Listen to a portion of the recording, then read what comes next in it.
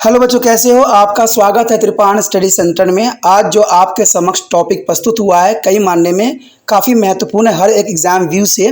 ठीक है, इसमें हम हर एक बात पे विस्तारपूर्वक चर्चा करेंगे और वो सारे जो है पहलू पर विचार करेंगे जो अब तक अछूता था। तो चलिए देखते हैं हमारा आज टॉपिक क्या है। स्वतंत्रता के समय विकास के प्रति दृष्टिकोण में प्रमुख अंतर क्या थे? विकास पश्चिम के औद्योगिक देशों की तरफ बनने के बारे में था कि हम पश्चिमी देशों के औद्योगिक विकास की तरफ अपने आप को बढ़ाएं। इसमें पारंपरिक समाज संरचना को टूटने के साथ साथ पूंजीवाद और उदारवाद का उदय भी शामिल था। यानी देखा जाए तो उस समय हमारी विचारधारा काफ़ी महत्वपूर्ण थी कि हम पूंजीवादी और उदारवादी का उदय भी शामिल था। और इस समय पूंजीवादी उदारवादी अपनी चरम सीमा पे थी, तो हमें किसी एक खेमे में जाना था, क्योंकि पूरे विश्व जो था दो खेमों में बटी हुई थी, पूंजीवादी और उदारवादी।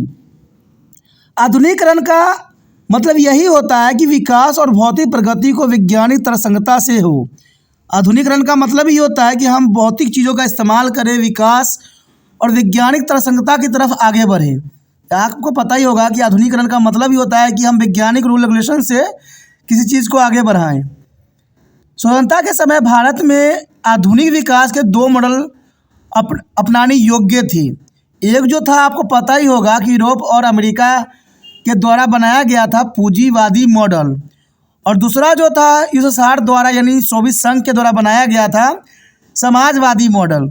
अब इन दोनों मॉडल के हमारे समक्ष थे, दोनों में से एक में जाना हमारे लिए ज़रूरी था, लेकिन हमने यहाँ पर दोनों से अलग थलग अपने आप को जो है बढ़ाने की कोशिश की, जो हमारी महत्वपूर्णता को दर्शाता है। कहते देखा जाए तो कम्युनिस्ट, समाजवादी और पंडित नेहरू के रूप में विकास के मॉडल अपनाने के संबंध में बहस छिड़ गई थी। यानी कम्युनिस्टों और समाजवादियों और पंडित जवाहरलाल नेहरू के विकास के मॉडल पे जो है बहुत बड़ी बहस छिड़ गई थी। देखा जाए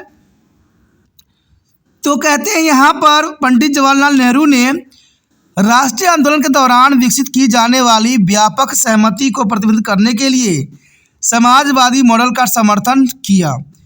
ये काफ़ी महत्वपूर्ण बात थी कि यहाँ पर हमारा जो था हमने समाजवादी मॉडल को जो है अपनाने की कोशिश की, लेकिन ये नहीं था कि हम पूंजीवादी को छोड़ दिए।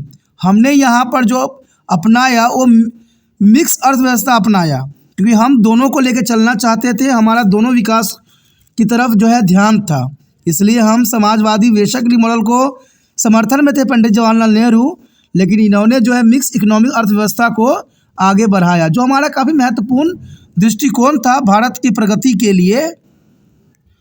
देखा जाए तो उपयोग इरादे के साफ हो गया कि सरकार ने सामाजिक और आर्थिक पुनर्वितरण के साथ साथ गरीबी उन्मूलन को भी प्राथमिकता दी। सरकार का सदैव ही यही रहता है विचारधारा कि भारत से कैसे जो है गरीबी को ख़त्म करे, लेकिन ये बहुत बड़ा दुष्कर्म कार्य है। न आने वाला सरकार कर सकती है, न जाने वाला सरकार कर सकती है। ये तभी होगी जब सरकार का जो है मकसद साफ हो और लोगों में अपनी मेहनत की क्षमता अधिक हो और लोग जो है सही रास्तों पे चले और अपने इरादों को जो है खरे उतरे। कहते हैं गरीबी उन्मूलन कोई आसान कार्य नहीं है, लेकिन ये नामुमकिन भी नहीं है। गरीबी तब सिमट सकती है जब लोग पढ़े लिखे समझदार बनेंगे और सबको जो है रोजगारी का अवसर मिलेगा। रोजगार का अवसर मिलेगा तो हर व्यक्ति शिक्षित रहेगा, समझदार रहेगा और आने वाला जनरेशन भी इसी प्रकार चलता रहेगा। तो सरकार को सबसे महत्वपूर्ण बात है कि जो शिक्षा के स्तरों पर विकास करने की ज़रूरत है। कहते हैं किसी चीज़ को फ्री कर देना, किसी चीज़ से के कहते हैं शिक्षा मुफ्त कर देना। चलिए ये तो कार्य किया, अच्छी बात है, बट आपको पता ही होगा कि मुफ्त की चीज़ें कभी भी सुखदायक नहीं होती है, और शिक्षा तो सबसे बड़ी बात है। शिक्षा को सरकार ने फ्री किया है जनमानस के लिए, लेकिन कभी उन्होंने उसका जो है एनालाइज करके देखा है कि वो जिस स्कूलों में सरकारी फ्री किया है क्या उन बच्चों को ढंग से पढ़ाया जाता है? तो इस बात पर सरकार कभी जोर नहीं देती है, सिर्फ किताबी बातें और कागजी काम की जाती है। वास्तविकता यहाँ पर कहीं नज़र नहीं आती है। और सबसे बड़ी हैरानी और सरकार की सबसे बड़ी मार तो मैं कंप्यूटराइज जो आज के समय में EWS कोटा के लिए सिलेक्शन होती है, वो सबसे बड़ा घटिया बना दिया है। आप तो सरकार ने किस्मत के ऊपर भी फैसला नहीं छोड़ा है, अब कंप्यूटर के ऊपर फैसला छोड़ा है और कंप्यूटर में लिख दिया है कि जो बच्चे 1 किलोमीटर के दायरे में होंगे उन सबको सेलेक्ट कर लो, और जो बचा खुचा 1-2 सीट बच जाएगा वो 3 किलोमीटर के दायरे वालों को दे दो। तो ये सब बहुत ही अजीब बात है कि पहले 0 किलोमीटर वालों को दी जाती है, फिर 1 किलोमीटर वालों को, फिर 3 किलोमीटर वालों को। अब सोचिए, इसमें तर्क लगाइए कि प्राइवेट स्कूल में आम गरीब के बच्चे अब कभी पढ़ भी नहीं सकते हैं, क्योंकि गरीबी बस्ती हमेशा अच्छे स्कूल से 10 किलोमीटर दूरी पे रखा जाता है। सोच लीजिए कि भारत का भविष्य अब अंधकार में कैसे जा रहा है, और इसमें किसी का हाथ नहीं है, ये पढ़े लिखे बड़े बड़े लोगों का एक बहुत बड़ा षड्यंत्र है। अब सोचिए कि मैं ऐसा क्यों कह रहा हूँ। दोस्तों, बहुत बड़ी बात है कि हमेशा मंत्री लोग के बच्चे जो होते हैं हमेशा प्राइवेट स्कूल में ही पढ़ती हैं, और जब ये पढ़ लिख के बड़े हो जाते हैं, पढ़ लिख लेते हैं, तो हमेशा सरकारी नौकरी के पीछे ही भाग रहे होती हैं। और आम गरीब बच्चे सरकारी स्कूल में पढ़ते हैं और प्राइवेट काम करते हैं, किसी के दुकान पे जाके। ये कैसी विडंबना है। अगर सरकारी स्कूल में इतना ही अच्छे से पढ़ाई होती है तो मैं ये जानना चाहता हूँ कि कोई भी मंत्री हो, उसका बच्चा कोई सरकारी स्कूल में पढ़ता है। अगर आपको शायद किसी मंत्री का नाम पता हो जिन्होंने अपनी सारी शिक्षा बच्चों को जो है सरकारी स्कूल में दिलाया है, वो भी मंत्री बने हुए रहते हुए, ये नहीं कि पहले सरकारी में पढ़ रहे थे जब मंत्री बन गए तो प्राइवेट में डाला, ऐसा नहीं। मंत्री होते हुए अगर जो सरकारी स्कूल में पढ़ाया है, अगर आपके कोई नज़र में हो तो मुझे कमेंट जरूर कीजिए कि ऐसे महान व्यक्ति का मैं नाम भी जानना चाहूँगा जिसने अपने सारे जीवन में मंत्री होते हुए भी सरकारी स्कूल का जो है इज्जत सम्मान किया और अपने बच्चों को सरकारी स्कूल में दाखिला दिलवाया। अगर ऐसा है तो अगर सच्चा देशभक्त हो तो कमेंट जरूर करना, और कोई मंत्री का अगर नाम हो तो, नहीं तो मैं समझूंगा कि ऐसा कोई भी मंत्री नहीं है। ठीक है, आगे देखिए तो कहते हैं वही इन नेताओं में मतभेद और बहस हुई।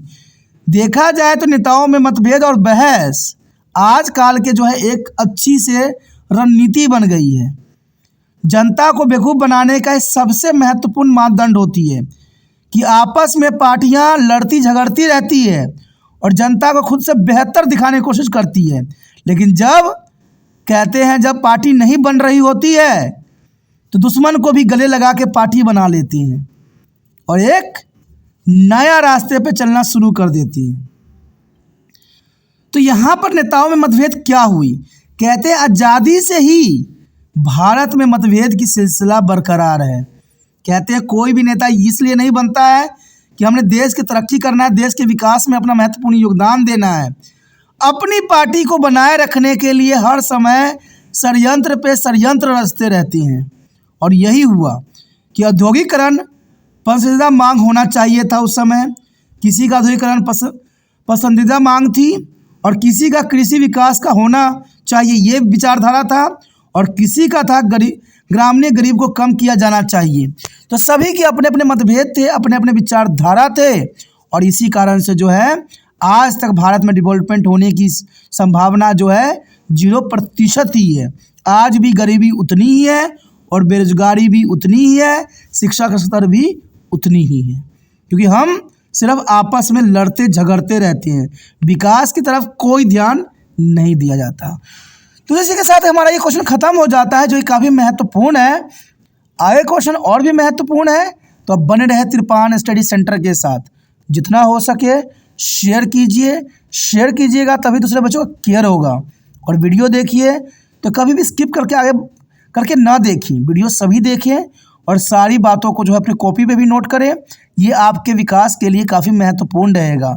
मुझे देखिए दुनिया से कोई मतलब नहीं है, चाहे बच्चे जैसे मर्जी पढ़ते हो, लेकिन अगर मेरे वीडियो देख रहे हो, समझते हो, तो जनरल सी बात है, सही है वो सही है। आपको नोट भी करना चाहिए, बार बार पढ़ना भी चाहिए, और फिर एग्ज़ाम में इधर उधर ना देख के अपने पेपर पे ही जो है फोकस करना है। और यही बात त्रिपाण स्टडी सेंटर हमेशा चाहता है कि जब भी जो बच्चे मेरे साथ जुड़ गए हैं वो पेपर में जाएँ तो इधर उधर मुँह करके ना देखें, सिर्फ अपना क्वेश्चन पे अटैम्प्ट करें। ये तब होता है जब आप अच्छे से समझते हो, क्योंकि समझा हुआ चीज़ हमेशा याद रहता है और ये काफ़ी महत्वपूर्ण रहता है। ठीक है, और ये कब होगा जब आप वीडियो स्किप करके नहीं देखिएगा। ठीक है, पहली बार मेरे चैनल पे आए हो, पहली बार वीडियो देख लो, समझ आ रहा है, अच्छा लग रहा है तो जानना सी बात है तो चैनल को सब्सक्राइब कर लीजिए, सब्सक्राइब कीजिएगा, तभी जो है यहाँ पर हर वीडियो का जो है आपको नोटिफिकेशन मिलेगा। और ये तो खुद ही समझदार हो। और इवन मैं बता दूँ कि यह त्रिपाण स्टडी सेंटर जो है 8th से लेकर MA तक के बच्चों के लिए महत्वपूर्ण है। और ये प्लेलिस्ट पे जाके आप देख सकते हो, समझ सकते हो। इसे सोचिए नहीं, विचार ना कीजिए, अभी त्रिपाण स्टडी सेंटर को सब्सक्राइब करके अपने मोबाइल में सेव कीजिए।